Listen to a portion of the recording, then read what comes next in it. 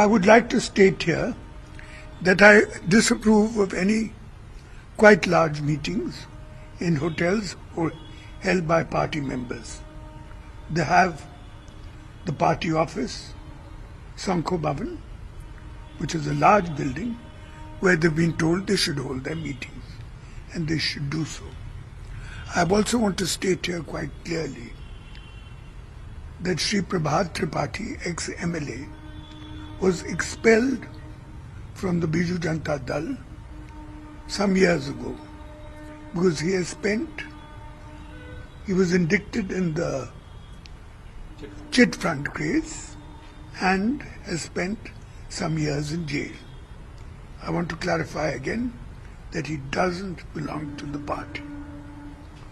I also want to state quite clearly that Sri Karthikeyan Pandyan in the past has done a lot of good work, not only for the state but for the party. So he shouldn't be criticized or blamed for anything. And also, he left the party more than 10 months ago and is not involved in any of the party's work. जदि आपण मानकु आम video भल लगी थाए ताहले आम channel को like share और सब्सक्राइब करबा को भूलिबेनी।